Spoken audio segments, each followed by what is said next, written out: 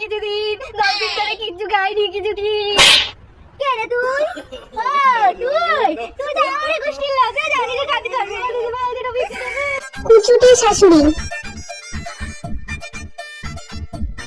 কিরে মোনা, আরে মোনা দেখ চলেছি কই রে তুই? কিন্তু না তুমি চলে এসেছো? হ্যাঁ রে, এতগুলো ব্যাগ নিয়ে কি আসা যায় বলতো হেঁটে হেঁটে? তোকে তো বললাম যে আমাকে স্টেশনে পাঠাবি। দেখ তো এতগুলো ব্যাগ নিয়ে হেঁটে হেঁটে আসা যায় বলতো? একটা টোটো পাইনি। তা আমাকে পাঠাসনি কেন? আরে তোমার টাকাটা আমি বলেছিলাম, হঠাৎ করে কাজ পড়ে গেল, কি করবো বলো? আমি চলে গেল বাজার ওখানে। আরে তোর শাশুড়ি কোথায়? দেখতে পাচ্ছ না আমি এসেছি যে? তুমি যখন বাদ দাও তো, এক নম্বরে কুচুটি। ঠিক আছে তুমি বলছো যখন আমি তাহলে ডাকছি। মা, ও মা, দেখো আমার মা এসেছে। হ্যাঁ এই তো। উমা, আপনি দেখছি আবার চলে এসেছেন। তা কয়দিনের জন্য এবার? আপনি মশার তো খুব আছেন, এই তো এলাম। এখন তো ভালো করে পায়ে রাখতে পারলাম না আপনার বাড়িতে, এখনই আপনি যাওয়ার কথা বলছেন। আপনি তো 3 দিন আগেই এসেছিলেন, আবার এর মধ্যে চলে আসলেন। লাজ লজ্জার কি মাথা খেয়েছেন? 2-3 দিন বাদে বাদে দেখি জামাই বাড়িতে চলেই আসেন। মা, আপনি আমার কথা কেন বলছেন আমার মাকে? আমি তো আমার মাকে ছাড়া থাকতে পারি না, এই জন্য তো মা আসে। আমার একটু বাচ্চা মাকে ছাড়া থাকতে পারি না। তাহলে বিয়ে করেছিলেন কিসের জন্য?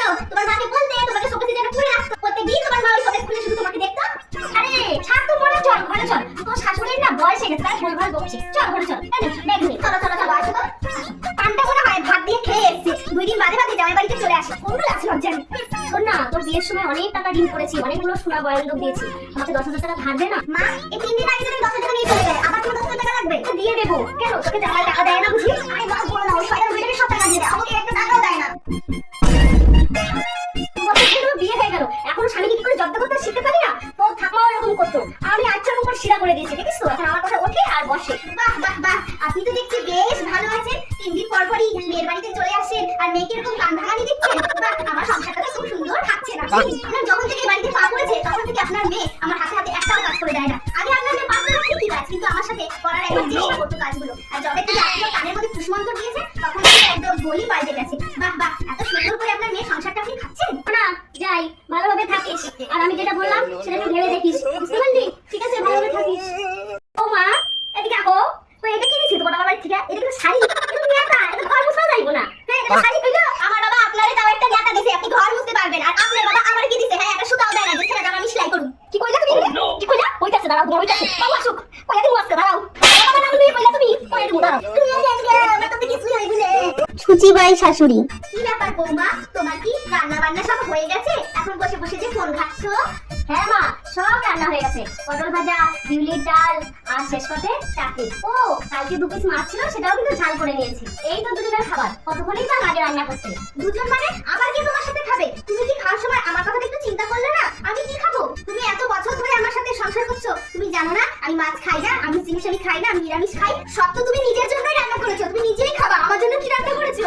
ডাল, পটল ভাজা, চাটনি, এগুলো দিয়ে আপনি খাবেন, আর শুধু মাছটা আমি খাবো। সব তো এটো হয়ে গেছে, ওই ডাল চাটনি এগুলো আছে নাকি? সব তো ঠেকা লেগে সব হচ্ছে তোমার এটো হয়ে গেছে। আরে না না মা, আমি কোনো কিছুতেই ছোঁয়াইনি, আলাদা আলাদা করেই রান্না করেছি। আয়, তুমি আলাদা আলাদা করে রান্না করেছো? শোনো তাহলে, ওই যে মাছের বাটিটা তুমি তো একই রান্না করে সব তরকারি মরকারি ডাল সব একসাথে রেখেছো। রাখার পর ওই যে মেঝেটা, ওই মেঝেটার মধ্যে আবার সেই ডাল তরকারিগুলো ওই মেঝের মধ্যেই রেখেছো। তাহলে মেঝেটা এটো হয়ে গেল না? ওই মেঝের মধ্যে বসে আবার আমি ভাত খাবো? যাও তুমি আমার জন্য অন্য কিছু রান্না করো। ঠিক আছে মা, তাহলে আমি আপনার জন্য ফেনা ভাত করে দিই। এই দাঁড়াও, বসো। ফেনা ভাত করতে যাচ্ছে? এই যে জামা কাপড় পরে তো রান্না করেছো ওই মাছগুলো, তো দাও এই জামা কাপড় ছেড়ে স্নান করে তারপরে আমার জন্য ফেনা ভাত রান্না করবে, বুঝলে?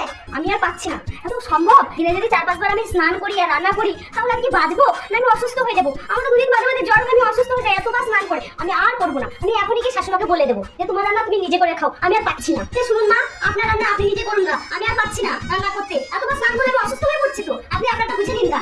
হ্যাঁ হ্যাঁ, এই তো আমার দিন এখন চলে আসলো। হ্যাঁ, হরি হরি, কি দিন দেখালে তুমি। এই পুরো বয়সে আমাকে এখন আলাদা করে দিচ্ছে। মদের মা দেখো যাও কত ভালো, শ্বশুর শাশুড়ি দেয় ওর ভাসুর, কি সুন্দর সংসার করে খায়। আমার বাড়িতে তো কেউ নেই, আমি আর তুমি না ছাড়া, তাও আমাকে আলাদা করে দিলে। এসব বাহানা, বুঝলে তো বউ, আমি সবই বুঝি, এগুলো হচ্ছে তোমাদের সব অজুহাত। জান তাহলে ওই গদার মার সাথে আপনি থাকেন গা, ওখানে গিয়ে সংসার করুন গা। আপনি যা ছুটি পাই না, ও গদার মাও আপনাকে 2 দিনে তাড়িয়ে দেবে, আপনার সাথে সংসার করবে না। আমি বলে তাই সংসার করছি, বুঝতে পেরেছে? আরে আরে, কি দেখালে তুমি। কি দিন আসলো, আমাকে এখন নিজে হাত পুড়িয়ে খেতে হচ্ছে। দেখে শুনে কত সুন্দর গুণবতী একটা বৌমা নিয়ে এসেছিলাম, তাও আমাকে আলাদা করে দিল।